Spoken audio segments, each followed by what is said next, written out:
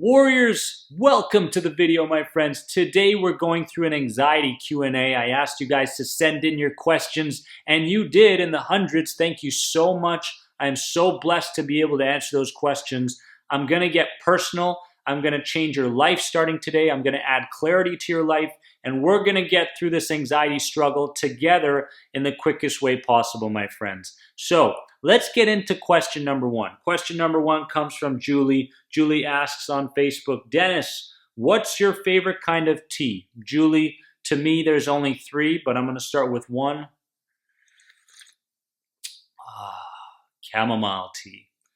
My favorite tea is chamomile tea. I've been drinking it since my mid-20s, and I really upped my game as far as chamomile tea goes during my anxiety recovery. I feel like it really slows down those sensitized nerves that you have. The other second and third places for me is rooibos. Second is rooibos, and third would be green tea. Those are my favorite teas. Julie, love you so much. Thanks for the question. Question number two, Mike on Facebook. Thank you, Mike. Mike asks, Dennis, you seem fearless. How did you get to this point in your life? And is there anything you do avoid due to fear today? Mike, great question. Firstly, I realized something. I realized that whether it was health anxiety, especially for health anxiety, or whether it was GAD, I realized that action was 100 times more effective than trying to think my way out of a problem. So, I was always trying to create doubt in my mind. No, I am healthy. I'm healthy. I'm healthy. It's not like that. It's like this. I was always trying to think my way through problems, internal problems, and especially these thoughts that just wouldn't go away. I realized that action was 100%, 100 times more effective than trying to think my way out of things. So what did I do? And I don't urge this for everybody, but I just want to share what I did. I had a fear of going poor and living in poverty like we pretty much did growing up in my childhood. And I had to get over that fear, but I just couldn't. So what I did was I packed my bag, I went out, and it was a warm week, and I slept outside for 5 days. Okay, what started to happen? The fear of poverty started to go away because I was making friends, I was getting in touch with nature, I was drinking plenty of tea. It wasn't as bad as I made it out to be in my head. So that means action. I took action. I went, I confronted my fears, I defied my fears, and I did something that would change the way I saw that outcome. Second thing, I went to the coffee shop, okay, and I ordered a bunch of coffee because I was scared of my symptoms. I said, symptoms, come on, let's do it. And I wanted to prove to myself that it wouldn't kill me. So I had 4 or 5 cups of coffee. And I realized at the time that, okay, I'm a little bit jittery, but I'm not in a life-threatening situation. It's an uncomfortable situation. I want to get over this feeling. I don't have to get over this feeling. I will survive no matter what. I proved to myself that by taking action and doing it in a bit of an excessive way. But I want to prove this to you guys. Thirdly, I was scared that my friends wouldn't accept me. I was scared of not being able to connect with them, if I would have approval, that sort of thing. I was scared that I wouldn't get approved, just like we're in high school or elementary school trying to fit in. So what I did was I started to detach myself from everybody for about a month. 1 month, I didn't talk to anyone. I just hung out, I did my thing, and I proved to myself that it wasn't so bad. If I lost all those friends, guess what?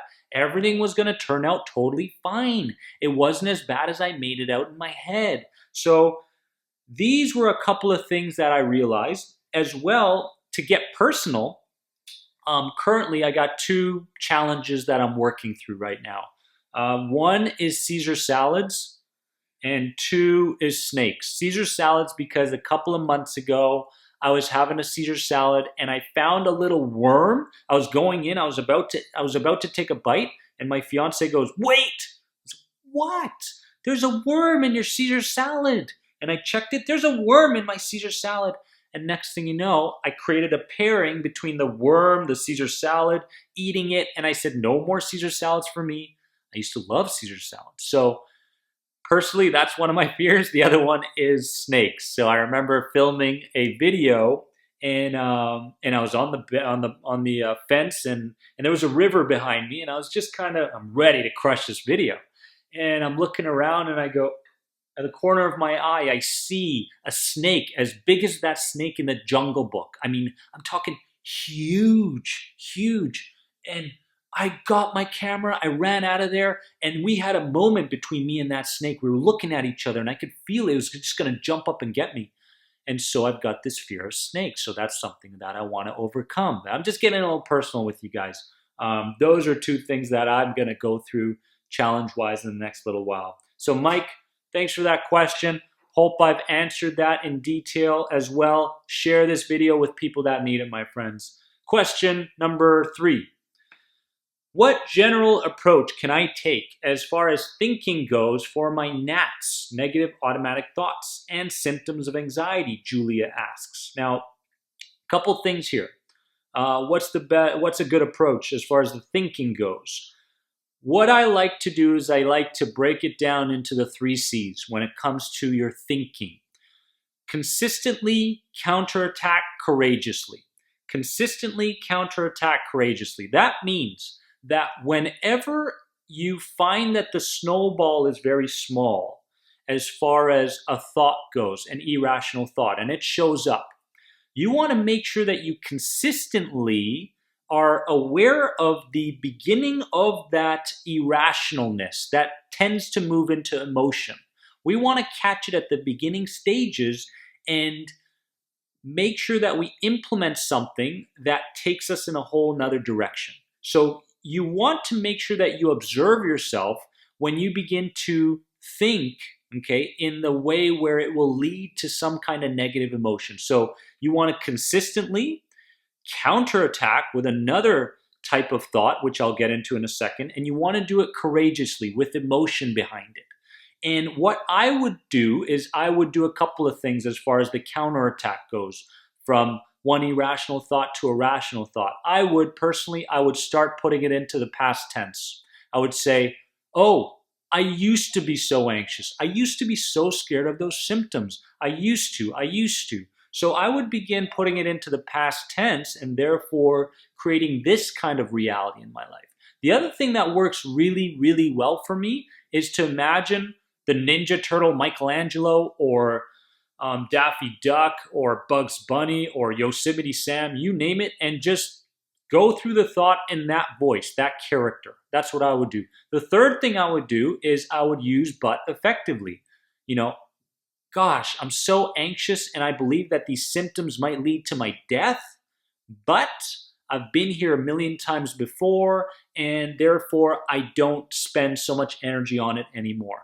So there's just a couple of really effective cognitive tools that you can use consistently to counterattack, okay, any irrational thought courageously with emotion behind it. Because when you do it with emotion behind it, you begin to as well feel the rise of adrenaline, because your amygdala is responsible for the fight or flight response, but it's also responsible for the excitement response. So when you get excited, you get the same sensations as when you're anxious or fearful. And this is a good thing because you can familiarize yourself with the sensations of excitement, and you can begin to prove to yourself and say, you know what? Hey, it's the same sensations. Guess what? I don't have to go any deeper into this than what I normally do when I get excited. So that's really, really important. The 3 C's, crushing it, a couple of cognitive tools there. Love you so very much. Question number 4. Oh, I love this one. What is the biggest realization you got regarding your hypochondria after you beat it? Jonathan on Facebook. Love you, Jonathan. Firstly, I realized that, and this was really key. I realized that I had the availability within me to not get emotionally attached to a stimuli. So, for a long time, I I lived my life emotionally. Something happened, I reacted. I felt something, I reacted. Someone said something, I reacted. I was at the mercy of my internal world and my external world. It was really difficult to gain control and to gain self mastery. There came a time in my life after anxiety that I realized that, my God, I actually had more control over my system than I thought I did. Okay? And I didn't need to fall victim and be a prey to my emotional mind. Because I felt something, it didn't mean I had to act on it. Because I felt something, I didn't need to place the meaning on that thing that my emotional mind wanted me to place. So I could, in fact, defy that, and I could, in fact, see it in a whole different light, and I could act differently. And when I started to act differently in the moment of those sensations and that fear, I realized that, hey, first fear is normal. Everyone gets first fear, which Dr. Claire Weeks talked about in her book very, very well, Hope and Help for Your Nerves. So first fear was really, really, okay, something happens and I react emotionally to it. Okay, I get that. But second, third, fourth, fears are optional. I don't have to react that way. My system misinterprets something. I feel it emotionally. I have a reaction to it, an avoidance or something, like I'm going to fight it or run away. And then I can begin to take control of the system to indefinitely prove to my system that that thing is not a threat. And that's what I learned. That was really important. The other thing I realized was I was living a lie. Okay, I was living a lie and creating a false reality consciously and unconsciously. I was living a lie. I was, I'm an anxious person. I'm going to live with this forever. This is my reality forever. My dad has it, so I have it. These were all lies. These were all beliefs. Between the ages of 0 and 10, it's like we're this, these are the building blocks to our identity of who we are. And in those moments, information was flooding into us from all different directions. And I realized that so much of my anxiety, so much of the lie that I was living in my adult world came from other people, came from the opinions of other people. The truth is this: opinions are just that, opinions, okay? And this is why it drives me crazy when people begin to fall victim to an opinion, like your wife or your husband or your friend or even a therapist. It's their opinion. It's, yes, they've, gone through this, and yes, they're giving you the best thing that they can give you based around the knowledge they have and the experience they have, but all of this is just an opinion. And I realized that after a while, and I realized I don't have to fall victim to anybody's opinion, whether that's a good opinion or a bad opinion. I can be neutral about it. So those are the couple things, Jonathan, that I realized. I had more power over my system, number one. And number two, I was living a lie, and I could change my reality. If I finally decided that it was time, if I finally realized that roadblocks will occur in the future and I was ready for those emotional changes, if I did all that, I was on my way. I was gonna be okay. Question number 5. What's the 1, 2, or 3 things that one should start telling themselves in the moment when random anxiety and panic hits the mind? This is important. One of the most important things that you want to remind yourself of is that, and I get this a lot with thoughts lately, people are really getting stuck in their thoughts. You must understand that you get 60 to 75,000 thoughts every single day. And as much as the mind, the survival mind, the paleocortex, picks up on something that might be a threat to your life, and the survival brain begins to kick in, as much as that is happening, we must remind ourselves that this is just another thought along with the other 74,999 thoughts that you get every single day. You have a choice. You have a choice whether you want to attach yourself to that thought or not.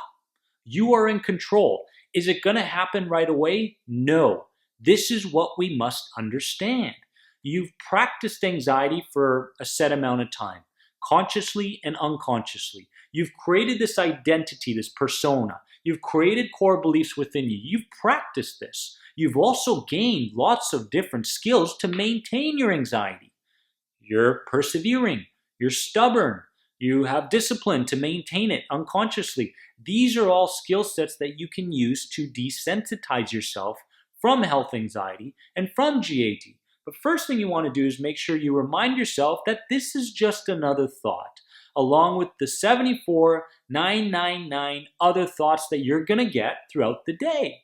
Second thing is you want to make sure that you attach the idea that this is your subconscious mind, okay, basically sending a signal. It's going to try to get your conscious mind's attention in many different ways. So you might get it through a feeling, a thought, whatever it is. This is a signal to the conscious mind that says, hey, are you sure we're safe? What kind of reaction are you going to have in this moment? Depending on your reaction, I will embed that into our subconscious, and therefore it will be readily available next time. So when you feel this onslaught, okay, make sure you understand that you get all these thoughts throughout the day, and this is just another signal from your subconscious mind asking you, what do we do? How do we think? How do we react? And you are in control. Let's remember that.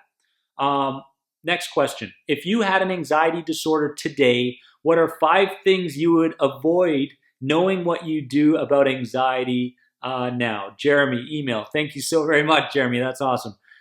I'm going to go through it really quickly. You ready? 5 things that I would avoid. Number 1, fluoride.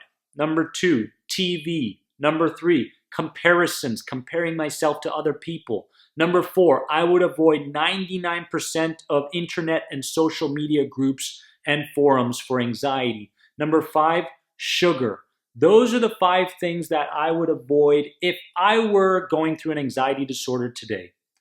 I love you guys so much. Thanks so much for being a part of this anxiety Q&A. I hope I've shed some light into your life. Together, we will move forward from this. I promise you, I want you guys to win. I will do everything in my power to make you from a victim to maintenance to a warrior. I know you're going to live the warrior lifestyle very, very soon, my friends. Love you. Remember, you are more than anxiety. I'll see you soon. Comment below. Let me know what you think.